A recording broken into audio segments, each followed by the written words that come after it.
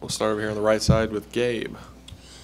Coach, you allowed 2 touchdowns and 10 first downs in the first quarter, but I think only 7 first downs and 7 points after that. Right. What changed? Can you tell Well, us? I think we just got settled in a little bit. You know, they had a nice plan coming in. Again, attacking our perimeter. I thought we started fast. You know, they opted to take the ball, and we challenged our guys, brought the kick out to wherever they brought it, and we was able to go 4 and out. So I felt like we started fast. And then after that, they started attacking our perimeter, a little bit like what happened at Mississippi State. And, you know, once we kind of got that under control, we felt pretty good about where we were headed. How'd you get it under control? Well, just we knew where they were attacking us now, you know. I mean, it was the same game plan that we had seen from Mississippi State, a lot of the same kind of game plan. And obviously we was able to prepare after the Mississippi State game for attacks like that, and the kids did a good job. Seated in the last row on the left, KO.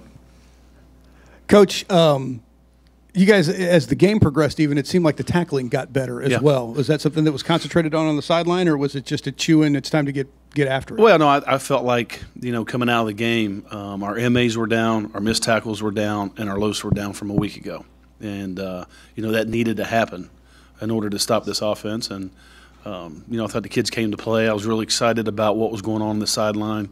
The energy that was going on, the communication that was going on. There was a good look in their eye. There was no panic. You know, after a couple quick scores, everybody kind of settled down and continued to play. Standing in the backs, Mike. After the game, I asked Master Giovanni, why is it so hard for the team to create turnovers? And he said a lot of it was tackling. Granted, later in the game, you guys did do a better job of tackling. What is it about turnovers for this team that it hasn't quite clicked yet? Well, I mean, that's an area that we need to improve on. There's no doubt about that, turnover margin. You know, where I had our hands on 2 balls, we had an opportunity for 2 turnovers Saturday and didn't catch either one of them. And, you know, teams are doing a good job. They know they have to protect the ball when you have an offense like ours, and they're doing a very good job of that. And we tell our guys all the way, you know, it's not turnovers. You have to take the ball away. We call them takeaways. You have to take – nobody's going to give you the ball. You have to take it away, and that's definitely been an emphasis for us. Right side out, Gabe.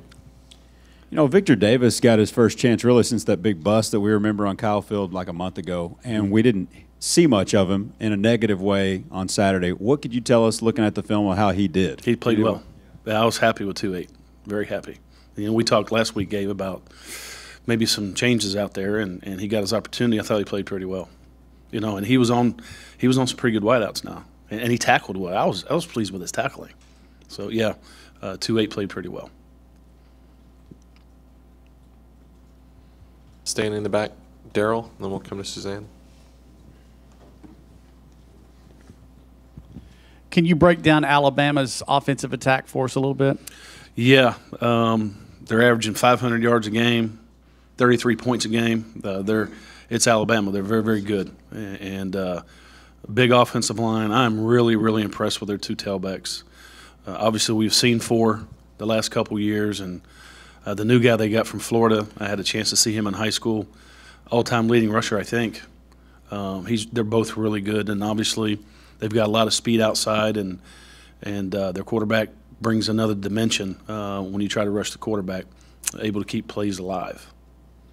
Suzanne here on the left side, middle. I guess piggybacking off that question, does Blake Sims do any – I mean, I know A.J. McCarron last year, it seems like he was beating y'all somewhat with bootlegs and play action. Mm-hmm. Is Blake Sims going to try to do the same? Is he capable of it? You know, I wish I knew their game plan. That would be nice. Well, I mean, have from they what shown we've it seen, on film? it's a little different offense. Yeah, you know, Lane's brought his own system, if you will, to Tuscaloosa. You can still see some of Coach Saban's mandatory things that they have to do, but it's a little bit different, and they're playing to his strengths. Staying in the back, Mike, and then we'll go to KO. How are you guys going to be able to defend Mark Cooper? I mean, he's one of the best wide receivers in the country, Heisman candidate. How are you going to be able to stop him? Well, I mean, we're going to face wide receivers every week that's really good. I mean, we face good receivers every week. We faced one last week. I mean, the last 2 number 1s we've played have been pretty good, and number 9's pretty good as well. And they've got a compliment to him that nobody's talking about. The kid here from Houston, number 2, he can go now. And they've got a nice complement. I mean, they're Alabama gang. They're really good. End of story. They're a good football team. I've had a chance to see their defense, obviously, in some common opponents, and now having a chance to see them on offense. This is a good football team. Seat in the back, KO. Coach Sumlin had mentioned that he'd looked at about 2 quarters worth of Alabama and that they were completely different than what he'd seen previously. Yeah, he was in there with us, right? Yeah, yeah, they're a little different. You know, it's a little bit different style. I don't watch a lot of NFL football. You know, it kind of puts me in the mind of the Patriots a little bit. Some of the things that they do, and there's some of that influence there. Middle right side, Olin. Mark, can you tell us what are some of the, I guess, adjustments that you made to get that perimeter under control? Well, I mean, it was more about how they were attacking us and eye control and you know, some of those kind of things. I mean, it's not a magic formula. Each week they're going to come out and you really don't know what you're going to get in the first quarter. You really don't with most teams, and especially if they've had a bye week. And that's what's happened at Arkansas. That's what happened to Mississippi State. They had a bye week, and you see some things kind of new. Didn't know exactly what Ole Miss was going to bring to the table. I can tell you now, they did what Mississippi State did to start the game. And again, we got the kids to the sidelines and said, hey, they're attacking us on our perimeter. Here's what we have to do. Let's force them to run the ball into our strength right now, which is our defensive line.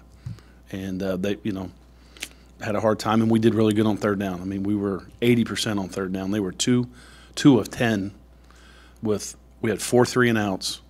And besides Bo's leap on the 1 third down, you know, we had a chance for 5 3-and-outs and be at 90% on the day on third down. So, you know, played pretty well on third down. It's like on a zone read, which is trying to make them play where give the look where they would hand off.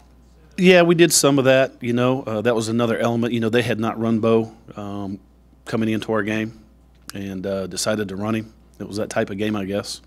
They felt like they needed to run him. So that was a little bit new, but again, we had been facing it a little bit from Dak and, you know, some of the other teams that we played. So that was a little bit new, but yeah, the read was to give the football and let's make the ball stay in between the tackles. Right side, Al. Gabe. Coach, 2 years ago, obviously this is a game Aggies aren't going to forget, the fans. And Obioha played, but I think Matthews and Everett made plays that they'll never forget, you'll never forget, and Aggies will never forget. How much are you relying on those 2 guys in the back end this week to lead the way going into a tough environment that they're familiar with? I think they have to. And we brought that up yesterday when we started our prep for them. You know, there's not a lot of guys that's been over there and challenged those guys because they did have a pretty good day a couple years ago over there. And they need to step up and help lead the way again this year.